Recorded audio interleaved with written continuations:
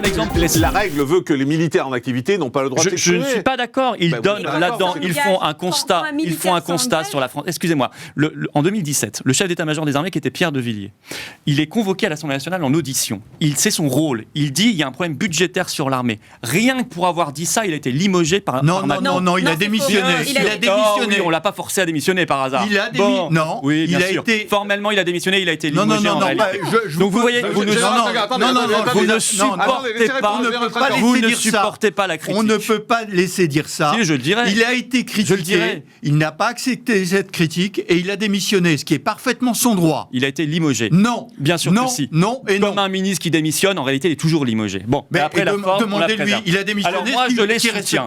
Je demande au gouvernement d'arrêter. Vous savez, il y a les 2/3 des Français qui veulent pas. Il y a eu un sondage ce matin. 60% des Français soutiennent cette tribune. 58% des Français, sondage. Donc d'ailleurs, même Louis Harris, LCI. 58% des Français déclarent soutenir les militaires ayant signé cette tribune. Même, vous regardez dans le détail, 46% des sympathisants En Marche les soutiennent. Vous devriez quand même, ça devrait vous faire réfléchir. Et les 2/3 des Français disent on veut pas de sanctions. Il faut arrêter, y compris contre les militaires d'active. Ne créez pas comme ça ce sentiment d'injustice. Ce sont des gens qui aiment la France. Vous devez combattre les ennemis de la France, pas les serviteurs de la France. Je vais vous expliquer quelque chose. Prisca Thévenot. Vous êtes militaire, vous vous engagez, vous êtes salarié, vous rentrez dans une organisation quelle qu'elle soit. Vous vous engagez dans cette organisation.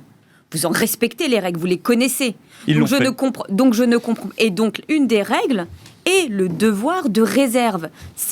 Ça leur tombe pas dessus. Ils ne sont pas en train de le découvrir. Le devoir de réserve, c'est pas la boucler, madame. Donc attendez. Non, vous confondez les choses. Non, ils ont le droit d'avoir une opinion, mais ils ne doivent pas l'exprimer. Il ne s'agit pas de politiser. Il ne s'agit pas de. Ils n'ont pas le droit d'avoir une carte dans un parti politique, c'est vrai. Ils ont le droit d'exprimer une opinion.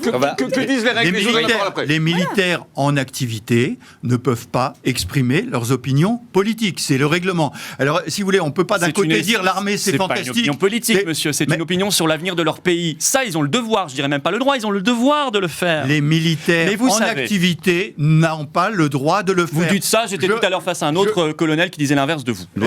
Écoutez, voilà, vous mettrez d'accord. Il a qu'à relire. Voilà. Non, mais je vais être parfaitement d'accord. Il avait été aide de camp des présidents Mitterrand et Chirac.